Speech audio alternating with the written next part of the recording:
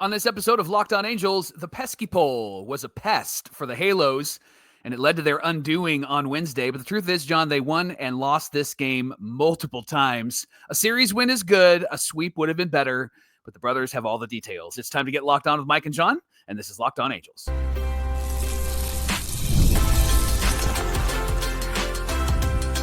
You are Locked On Angels, your daily Los Angeles Angels podcast. Part of the Locked On Podcast Network, your team every day. Thanks for making Locked On Angels your first listen of the day. You can find us anywhere you get your podcasts, including Apple Podcasts, Spotify, and SiriusXM by searching Locked On Angels. And if you'd like to get back to the Super Halo Bros for all the Super Halo content, here's some things that you can do. Leave us a rate and a review on Apple Podcasts. If you're watching on YouTube, hit that thumbs up button. And if you're not subscribed already, please subscribe and become a Locked On Everydayer. And whether you're watching or listening, come over to YouTube, leave a comment. It's one of the best ways to get in touch with us and be a part of the conversation. And this episode of Locked On Angels is brought to you by FanDuel. Right now, new customers can get $200 in bonus bets when your first $5 bet wins. Thanks for being here for this episode of Locked On Angels, where it's your team every day. You've got the Frisch Brothers here with you, a.k.a. the Super Halo Bros. My name is John, and that's my brother Mike. And my name is Mike, and that's my brother John. John, did you see the email from Locked On guru David Lockheim? He said that Locked On Angels is the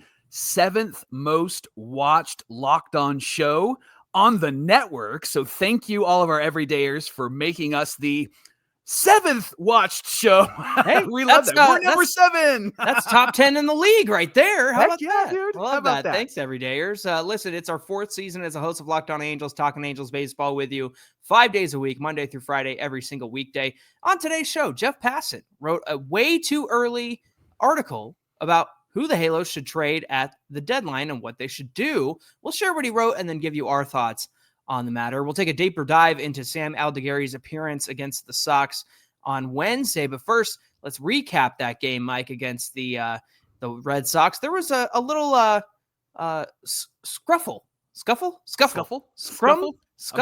brouhaha. A brouhaha. There you go. Yeah. What the heck happened? Yeah, before the game, a little altercation between Tyler Anderson and Red Sox first baseman Jose Flores. Barry Enright comes over, pointing, barking, yelling, telling him to back off, said some choice words. Yeah. We love Barry Enright around here, and he gets thrown out the other night. Remember, he's defending Reed Detmers. I love that he's defending his guys. Now, Mike Rodriguez, an MLB insider and broadcaster, tweeted this. According to my sources, there's going to be a day where I get to start a tweet that way as well. Mm-hmm. According to my sources, the problem that arose during today's practice was due to the fact that apparently Flores, the first base coach for Boston, was stealing the signals from pitcher Tyler Anderson.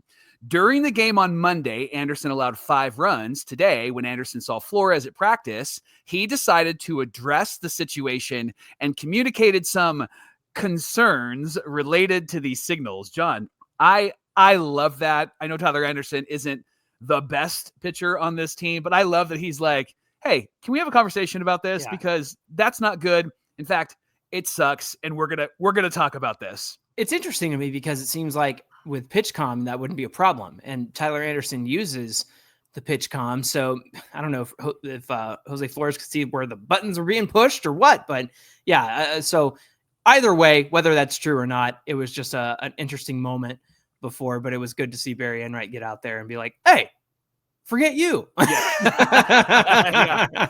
I love that. Mike, Lucas Giolito was on the bump for the Red Sox. Remember, he did not pitch at all last season. The Angels made him pay for letting the White Sox take Edgar Caro and Kai Bush and then sucking after the trade deadline in 2023. Yeah. The good news is that he still stinks, right? Mm-hmm. Yeah, the Angels crushed him. Top 1, John, back-to-back doubles from Neto and Shawnuel immediately give the Angels a 1-0 lead. And then Mike Trout, who's just doing Mike Trout things. He hits a single, moves Shawnuel to third. Taylor Ward hits a 3-run home run. John, he's on pace, if he keeps up this pace, to hit 45 home runs this year. Do you think he can get there? No, absolutely not. I love how quick you were on that one. Then Jorge Soler has a base hit to third. 5 consecutive hits to start the game. I checked the score and went, wow, okay, let's go Angels. We're headed for the sweep. And then the bottom of the first happened, didn't it? Yeah, the bottom falls out in the bottom of the first. Once again, the Angels can't get a shutdown inning. Soriano gives up a hit, a walk, and 2 more hits to make it 4-1 with the bases loaded, no outs. Soriano walks in a run to make it 4-2. Another single makes it 4-3. No outs. Ceddanne Rafaela gets a strikeout.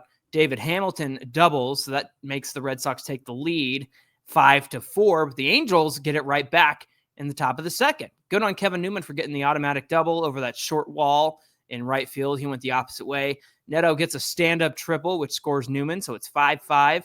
Shonwell doubles off the monster for his second double of the game so far, 6-5 Angels. Trout moves Shonwell over to third with a ground out, a productive out. Ward works a full count, hits a sacrifice fly the other way to score Shonwell. So it's 7-5, and then after a walk, Lucas Giolito is pulled after 1 2/3 innings, Mike. But now let's fast forward to the bottom of the fourth where Jose Soriano's day ended. Yeah, he gives up a single, he hits a batter, and he walks a batter. Bases loaded, Rafi Devers is up. He strikes him out with a splitter. Good move. Great job. Then gives up a sacrifice fly. The Red Sox take a 7-6 lead. Now, great catch by Joe Adell. Got a late jump, but he made up for it, and it could have been really bad if that ball dropped in. Yeah. And luckily it didn't. So then Navarez hits a single. He comes up next, and he ties the game 7-7. John, Jose Soriano is just night and day when it comes to when he's good and when he's bad. And it's a road game, so we thought maybe he would be pretty good, but this felt more like a home game because he was not good at Fenway on not too good. Yeah, on Wednesday. So 3 2/3, 8 hits, 7 runs, all earned, 3 walks, 3 Ks, 99 pitches. And then Hunter Strickland comes in, gets the last out. By the way, Hunter Strickland has been very good since joining the Angels. And did you see they also just recently signed Carson Fulmer? So why didn't they just keep these guys at the end of last year? Well, Fulmer opted out. So that's true. He did. He left. Take us to the top of the fifth, Johnny. Top of the fifth, Matthew Lugo gets a single, and a bad pickoff throw gets Lugo to second base. Ohapi drives him in, so now it's 8-7 Angels. Bottom of the sixth, Mike, Sam Aldegheri makes his 2025 debut. We'll do a little bit of a deeper dive on him in segment 2, but his first pitch is a curveball that hits Christian Campbell in the foot, and then Jaron Duran pulls a curveball low and away and induces a double play. He gets Devers to fly out. Bottom of the seventh, it's a walk, a bloop single. Lugo can't come up with it, and it's an error, and the runners advance on Adell's throw to third, so it's a sacrifice fly. After that ties it, and then a fly out ends it. Top of the eighth, a fly out from Adell. Chris Taylor doubles. Kevin Newman singles, scores Taylor. 9-8 Angels. And then to start the bottom of the eighth, Sam Aldegheri is still out there. Trevor Story is a pinch hitter in this part of the game. Hits a hard hit ball to third, but it eats up Newman for another error. Mm-hmm. He gets Sam Aldegheri gets a strikeout, and then Brock Burke comes in. He walks Duran. It moves Story to second. Devers has like a weird chopper that just somehow bounces real hard off the dirt and gets past both Neto and Taylor into the outfield. So that tied the game.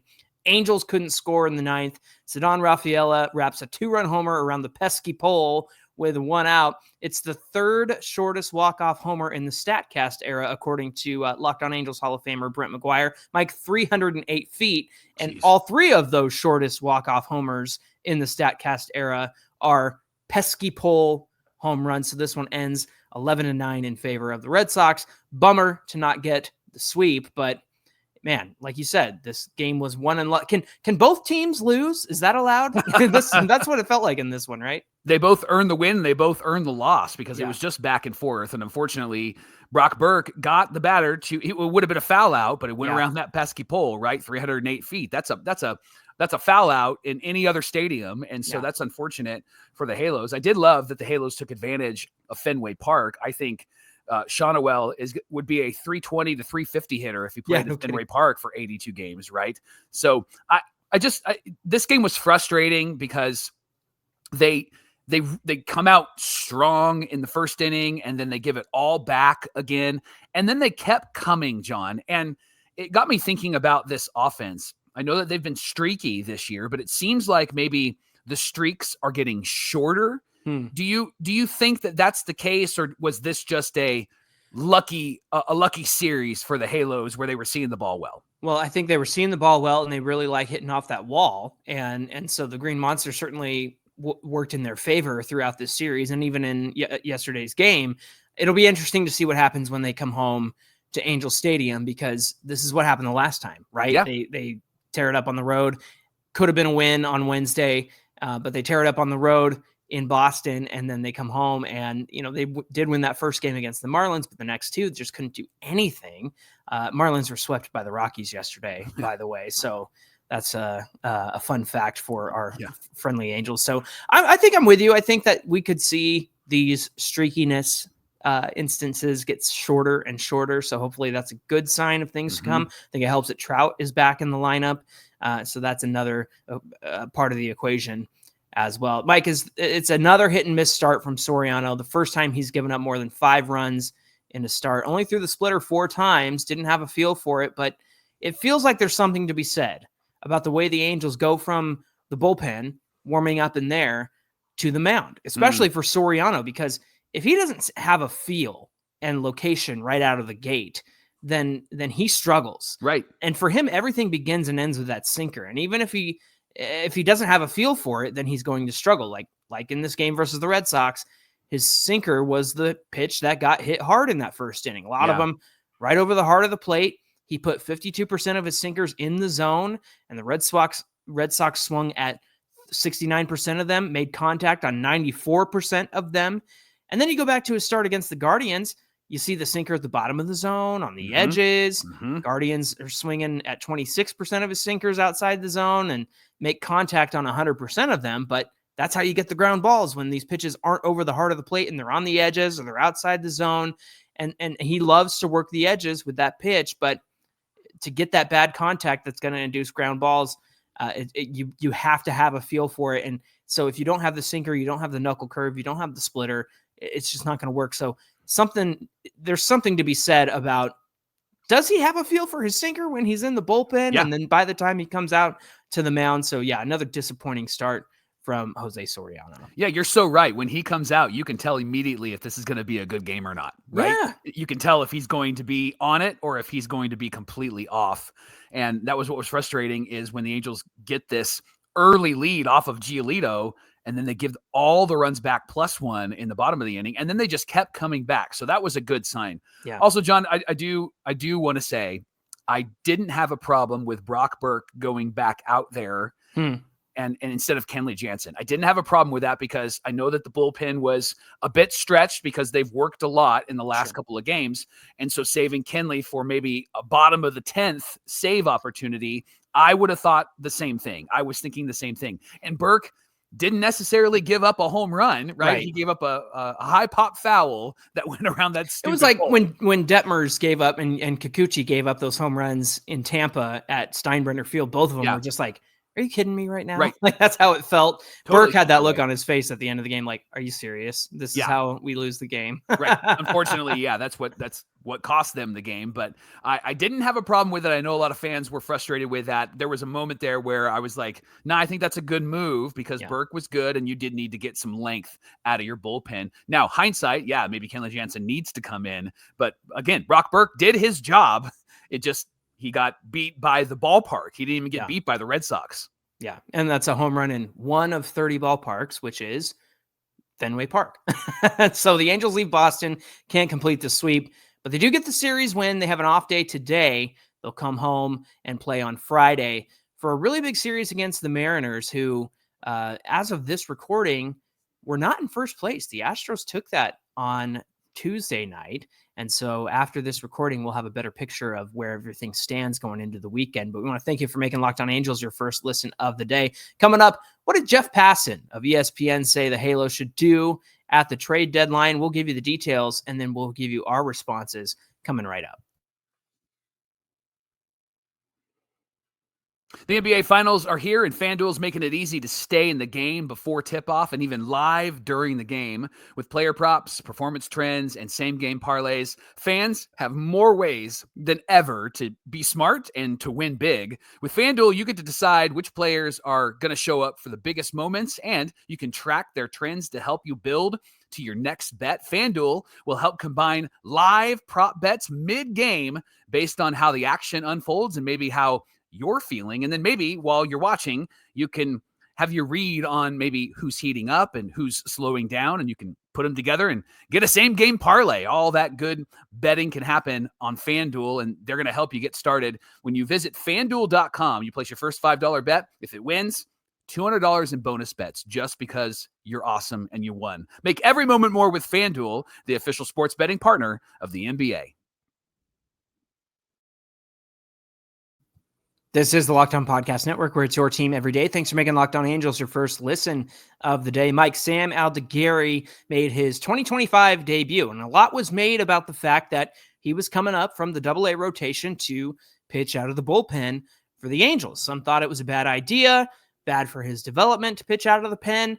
We spoke about it the other day and how Perry Minasian seems to like to do what the Braves did when Perry was part of the Braves organization, and that is give future starting pitching prospects a chance to pitch out of the pen, get comfortable at the major league level. So that's kind of what happened here. And it definitely, I would say it paid off because the Angels really needed him to provide some length against the Red Sox on Wednesday, but it also gave us like a really decent look at what Aldegheri had to offer as a starter in the future, and maybe some things that he could work on too. Why don't you get us started with his line, Mike? Yeah, 2 1/3 innings pitched against the Red Sox. 1 hit, 1 walk, 2 Ks, 2 unearned runs on 49 pitches. Those runs were unearned because of the Lugo error in the outfield in the 7th inning, and then the Kevin Newman error at third base. Stop making errors. Can we just stop making errors? Well, Newman got eaten up. That's basically what happened there. That was mainly for Lugo.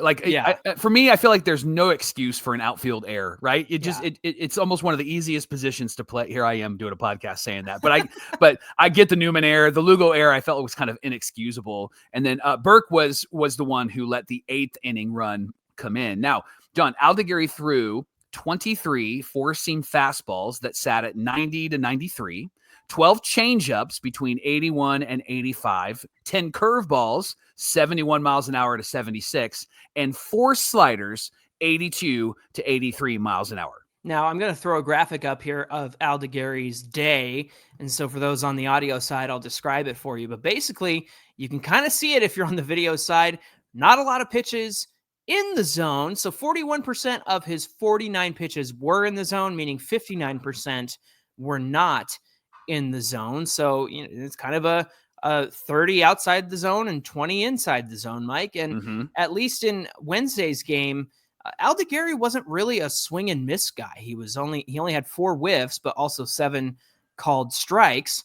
And he felt more like a deception guy, maybe even a get you to swing at bad pitches kind of guy, make you make bad contact kind of guy. And so that's really kind of the visual that you see here is these pitches outside the zone were pitches that, started in the zone and maybe fell out, or he's playing on the edges there. So not a lot in the zone, mostly out of the zone. But here's a good example of what I mean in terms of make you swing at bad pitches or make you make bad contact. Here's Jarren Duran's at bat that we mentioned earlier. Pitch number 4 is down there low and away, but it's in the strike zone. Mike, it was a curveball that Duran tried to pull and ended up grounding into a double play. Pitch 1 and 2, fastballs outside the zone. Pitch 3, a curveball in on the hands, a little bit up, but then he got Jarren Duran to chase that curveball low and away and got him to roll over it. So that's a good example of Aldegheri in the small sample size that we got in the 2 1/3 innings pitch. Was this is a guy who's trying to get you to swing at bad pitches, right? Pitches that are going to yield bad outcomes. In this case, it was Jarren Duran rolling over that curveball. Can I give you a however, though? Can I give you of course. Yeah, but he did serve up a 93-mile-an-hour fastball down the middle to Devers. Now, it was just enough to get Devers to fly out. Yeah, it was like up a little bit. Yeah. He didn't give up a hit. He got him to fly out. It does seem like he's got some good rising action on his fastball. It did cause Devers to swing underneath it. But one thing I like, John, was the 2 Ks that he got were fastballs at the top of the zone that were swung through. I like it because it's your favorite thing. That's what I was just about to say, that because he was using the zone and he was doing what you've been an advocate for for Jack Kahanowitz on this show, right? Like throw that fastball high in the zone, get it enough to where the bats are going to go underneath it. And that's what he did in his outing on Wednesday. So John, what can we take away from what Aldegheri did on Wednesday against the Red Sox? Well, we mentioned it just a minute ago. He's not going to be a swing and miss guy. Seems like he really values inducing bad contact. He also lives on the edges of the zone. And because of that, Mike, I think that we should prepare ourselves as Angel fans to potentially see a lot of walks from Aldegheri. I know he only had 2 and in this one. And because of that, we could be seeing a lot more because he does like to, or I'm sorry, he had 1 yesterday or on Wednesday. So we could see a lot of walks from him. Let's consider last year, 13 innings pitched. In the time that he was up in the majors, he had 10 walks and 10 Ks.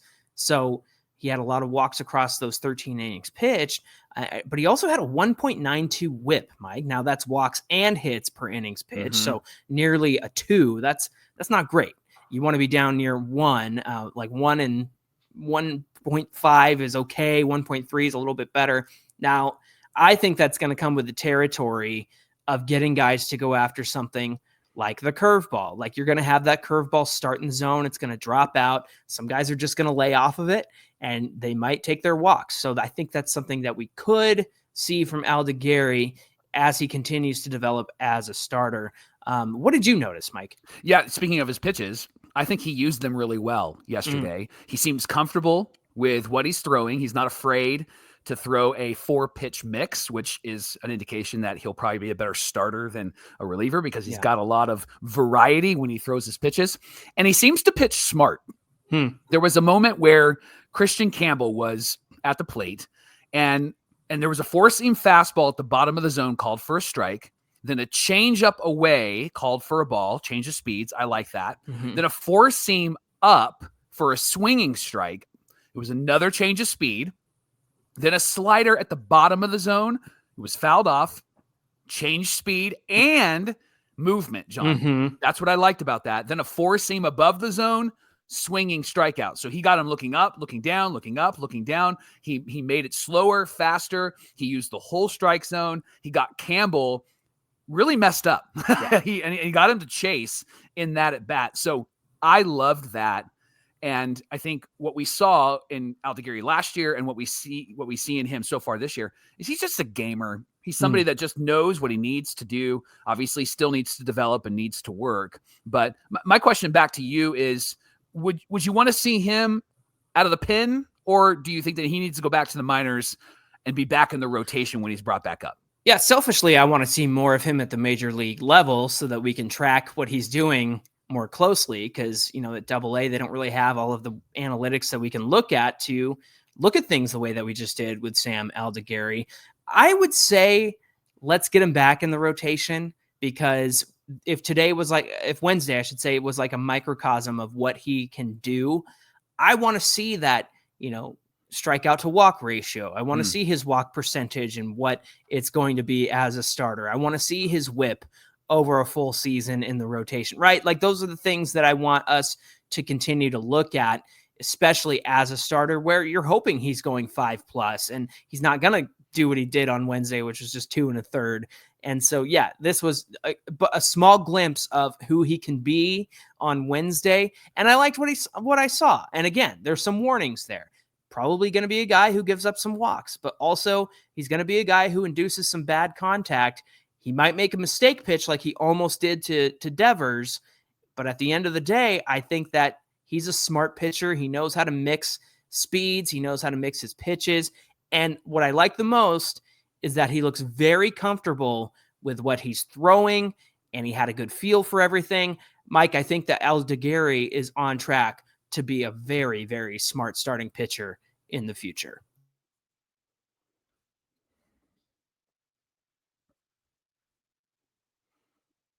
How about a way too early article about what all baseball teams should do at the trade deadline? I love articles that's like self-referential. Way too early trade deadline. Yeah. Like I love that stuff. Yeah. And I think it's way too early, but yeah. I love this stuff. So Jeff Passan, ESPN, wrote a way too early article about what teams should do at the trade deadline. He included the Angels. Here's what he said. We're going to respond to it.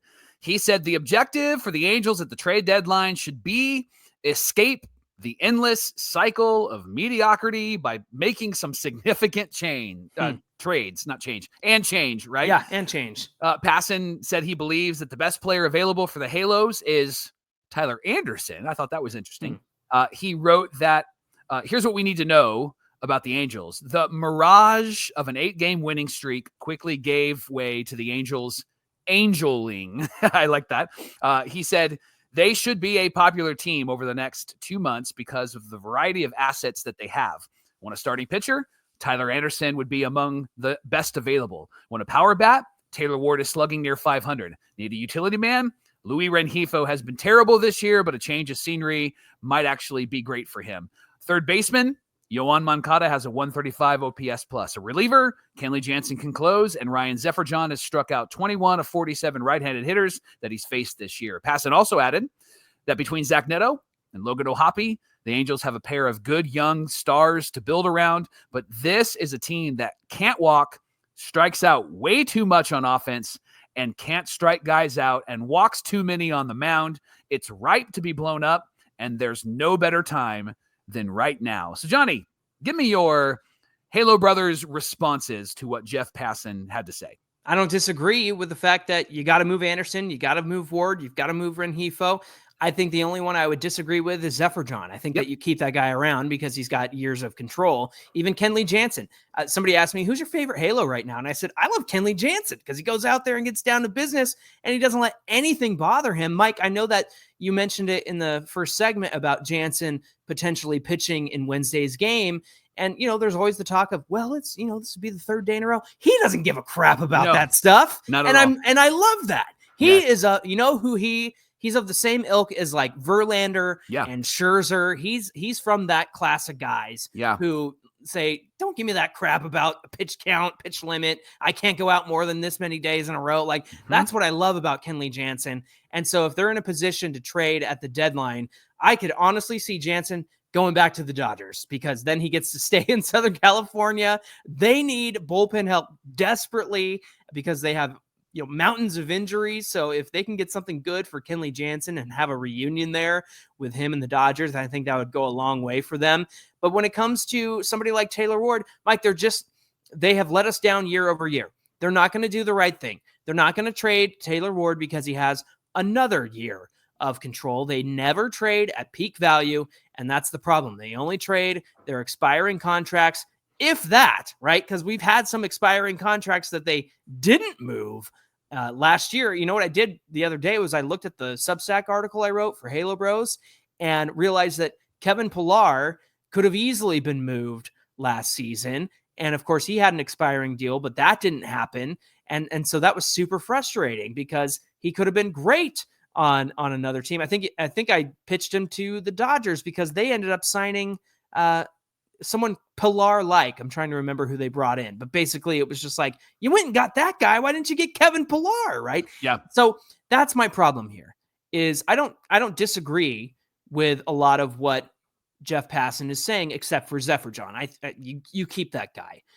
However, the Angels are not going to give up anybody who's not on an expiring deal. And that's so frustrating to me because you could get a lot for somebody like Taylor Ward. Now, the caveat to that is Taylor Ward has to stay hot. Taylor Ward can't have a month before the trade deadline like he did last year where he absolutely fell off. So maybe that's why they held on to him because, like, you know what? All his value went out the window because he had such a bad month of July. But again, I'm not even confident that they'll move him this year, even if his value is at an all-time high. Now, with Tyler Anderson, of course, he is on an expiring deal. But one of the issues we brought up last year was the FIP number, the fielding independent pitching, and how that was going to catch up with him. And in the second half of the season, it most certainly did. Now, we're nerds with a podcast. Baseball teams can see the same things that you and I see, and I think that's why a lot of people held off on moving for Tyler Anderson. So I don't disagree, but I just am not confident in the Angels' ability to get it done. But what do you say? Was it Kevin Kiermaier Yes, thank you. Yes. Yep. Yeah, it was one Kiermaier. Kevin for another. Yeah. I think you're right, John. And I think what happens in these conversations with everydayers and Angel fans is they go, yeah, they should trade this guy and this guy and this guy and this. Like the Jeff Passan article hits the nail on the head.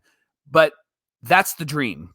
Yeah. What's reality is they probably won't trade this guy, this guy, this guy, this guy, and this guy, right? Yeah. What they're going to do is they're going to make some moves, but the danger of the Angels actually being near 500 and near the top of the AL West, if they're 4 or 5 games out, and near the third wild card, means that they might actually want to move in the direction of adding to this team. One of our everydayers commented on yesterday's show about that and said, I don't know why we're talking about selling when this team is so close. Here's the problem. They aren't that close. This is fool's gold, right? Because this team at best is a 500 team. They could be better if they go and make some trades to get better players. I want don't give a crap players. I want Kenley Jansen type of players on this team to match Zach Neto and Logan O'Hoppe and even Nolan Shonowell. That's what I want. And I think that those guys are that. I think even Zephyr John is kind of like that. Yeah. Ryan Johnson was like that. He absolutely was. I think that the Angels are going to do what the Angels typically do, which I'm preparing my heart to not be too frustrated, but that's the reality of this team is that if they keep hovering around 500, they might actually want to add to this team. And here's the thing. If they add to this team, it means that they're going to trade away pieces like Edgar Caro and Kai Busch that we don't want them to trade away. And so that's why, honestly, no matter how close to 500 they are at the trade deadline, if they get there, I want them to make trades. And I want them to make trades to make this team better for the future by getting prospects. Yeah. Because I don't want to trade away the Edgar Caros and Kai Bushes, right? We lost a viewer when Kai Busch was traded to the White Sox because his mom watched all the time and she called and she told us that. So we don't want to lose any more viewers, right? We're 7th best in the MLB market for Locked On. We don't want to lose that. So I think that they should make trades. I'm just not confident that they're going to make the trades that they need to make. I'm with you on that one. I'm not confident in the trades that they need to make just because of the record. I'm lacking confidence because it's what Passan said. It's the endless cycle of mediocrity. Yeah. It's you go this far, but you don't go far enough. You never really cross that finish line. They need to put their head down and they need to run through the wall, right? And here's the good news. Perry Manassian has proven that he is good at trading away pieces and getting better pieces back. Sure. Right. And so we can be confident in Perry's going to figure this out and he's going to get some good pieces for us. Unfortunately, I think you need to let Perry run through the wall. I think you need to give him all the cards and say, Perry, start wheeling and dealing, man. And let's get some really good pieces, because if we can get some good hitters, if we can get a third baseman, if we can get guys, and they're going to move them up fast. So if we can do that, I think he needs to get full permission to do that. Unfortunately, I'm just not sure he will. Well, and when they're only behind, first place by 4.5 games, right? Then that's going to be the narrative of, well, it's just 4.5 games and we are playing the Mariners this weekend. Look, Mike, you know what I said at the beginning of this season. I think that this team is talented enough to sneak in to a playoff spot. Mm-hmm. But it doesn't mean that I'm unwilling to move the guys that we need to move in order to get it done. So for me, if that goes out the window at the trade deadline, then I'm, as a fan, as somebody who loves the team and wants to see them move past this mediocrity, I'm all for it. So I'm not going to hold that against my, prediction that they're good enough to make a playoff spot. I'm all for getting rid of the guys that they need to get rid of to make themselves better down the road and in the future, and maybe even starting next year. And you got to trade with more teams than the Atlanta Braves. Hey, thanks for making Locked On Angels your first listen of the day. Now for your second listen, check out Locked On MLB Game Night. You can find it on YouTube or wherever you get your podcasts. Hey, be sure you give us a follow on Twitter at Locked On Angels and at Super Halo Bros on Twitter and Instagram. Whether you're watching or listening, come on over to YouTube, get in the comments section for today's show. We'd love to hear from you. Mike, what do we have on deck for tomorrow's show? How about a Fan Mail Friday? There's no game today, so we're going to take all your questions, all your thoughts, all your comments. Where do you land when it comes to trade? I'm assuming that most of you that watch every day are like, yeah, Angels need to go all in. Do you think they will? That might be a good question for you. All in as in like go for it or trade everybody? I'm saying trade everybody as all in. So let's bring clarity. When we say all in, we mean trade everybody. That's what we mean. We mean trade all those pieces and think get, I would get say some good pieces back. I think I'd prefer to say, let's go all out. Let's go All all out. Got it. It's very AEW of you. I like It's just gonna say that. All right, friends. We hope you'll come back and join us for that. Until then, my name is John, and that's my brother Mike. And my name is Mike, and that's my brother John. Thanks for being here with us, everybody, and we'll see you back here for Fan Mail Friday. This is our WrestleMania SummerSlam event. Go all out. That's right.